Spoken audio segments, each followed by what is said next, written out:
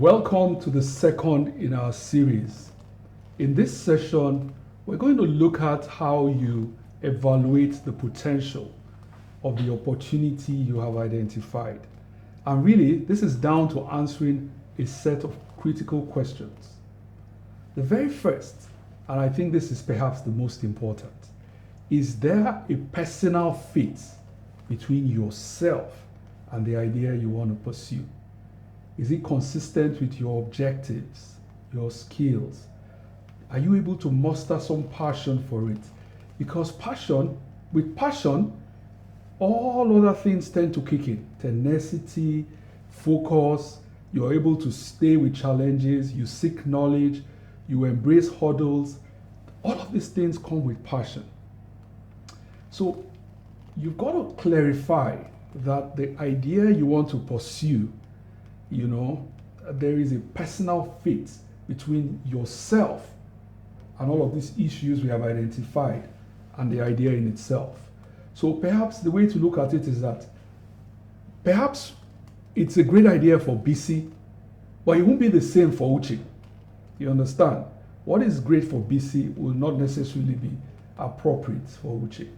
The second thing, and this is also critical, is that you've got to ask yourself, does this, my solution or my product, address a real challenge? Does it solve a problem? And the best way to answer that question is by engaging your potential customers. Does it address a nagging issue they have? Is it differentiated or different? We talked about the hallmark of entrepreneurship during the first session. Is it different or is it differentiated? Does it address unique problems in a unique way and in a cost-effective manner? Because it is pointless trying to address a problem that traditionally took 100 naira with a solution that would cost 2,000 naira, irrespective of what that solution brings. The third critical question is that, is there a market, and is this market sufficiently large, and is it growing? Because you shouldn't be investing in a market that is in decline. Is the market favorable in terms of competitors, suppliers, and buyers? This may seem like a mundane question, but if you enter a market where the competition is overwhelming, your chances of being successful is quite dim. And I'll give you an example. If you want to start to sell, for example, sugar, you want to package sugar in a market where the doing of sugar, Dangote, is a major player, your chances of being successful perhaps may exist, but it's very slim. So the fourth issue to be addressed, and this determines whether you have a profitable potential or perhaps a fancy idea that is not really ready for the marketplace. And this is there a profitable value creation process? And what that means really is, are you providing for a customer, and is the customer willing to pay you a sufficient amount that covers your costs and provides a net profit for yourself?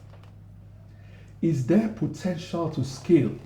Is there potential for recurring profitable sales? In which case, it's not a one-off.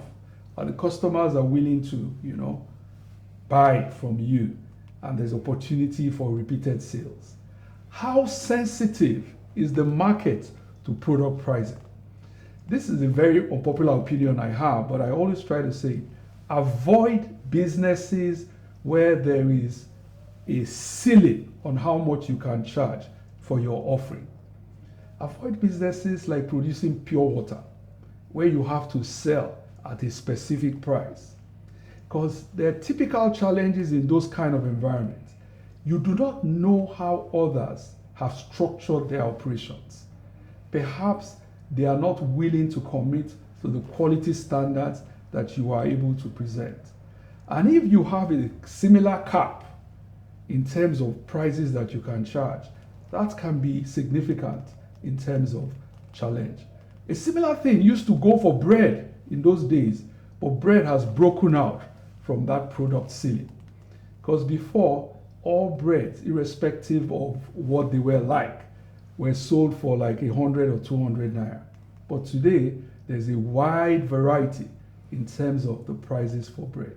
So you've got to be careful where there is where people, where there's a ceiling or the market is sensitive to pricing. The fifth issue to be addressed is, do you have access to sufficient financial resources? And this is key, you understand? Because you've got to be clear on the critical things that you must have in place, the critical things that you must do, and how well you must do them. Are you able to muster the resources that are necessary for you to deliver on this value proposition? And will the people who are willing to provide you those resources, can you guarantee that they will get commensurate return? So in other words, it's about profitability as well. It's not just about finding the capital. It's also your ability to deliver a return on the investment that is coming towards your idea. The sixth, and perhaps it's good to emphasize this, is your idea consistent with the cultural and social norms of the environment in which you are trying to innovate for? And this is really key. You've got to think about it, because there's no point in innovating on solutions that violate social norms or where there are cultural issues. If you think about Nigeria today, there's certain areas in Nigeria where alcohol is not well received. So if you are in that area in Nigeria, you've got to realize that no matter how innovative your offering is, if it is associated with alcohol, then perhaps it violates the expectations of the society, and your chances of doing well are really very slim. Before you venture, you've got to look at the regulatory and legal framework of the environment in which you're planning to operate. And this is particularly crucial in a country like Nigeria, where there's several laws, there's several agencies that you've got to be compliant with for your product or service to be well received. Think of NAFDAC, for instance. Think of SON, for instance. Think of local government laws. You've got to realize what are the laws or the regulatory issues that surround your product or are in charge of the industry you're operating in. Because if you get this wrong, it could be fatal for your business. And I do have a personal experience to share. About 10 years ago, I was going to start a manufacturing business. And I thought that I'd done pretty well in terms of meeting NAFDAC's requirements. I had gone to NAFDAC, I had picked up their booklet, I had paid a consultant, and we had, more or less done pretty much everything that was required of us. We had leased the premises, fitted it out, and we're waiting for NAFDAC to come and do an inspection that would give us approval to start operation and a registered NAFDAC number. And unfortunately, the day NAFDAC came, they didn't even come down from their white Hiace bus. And they simply told us that they couldn't register our product for this location. And it turns out that it was a very simple thing that we missed out. Apparently, NAFDAC would not register certain products or services where you have to walk through another business to access your premises. And in our own case, it was a church. We had leased an old warehouse, and a church had taken the front part, and we had taken the rear part of the building. It was perfect otherwise, but the simple reason that NAFDAC refused to even come and inspect it is that we failed to recognize that you couldn't pass through another business to access your premises. And that was a costly error. So you've got to be mindful of things like this.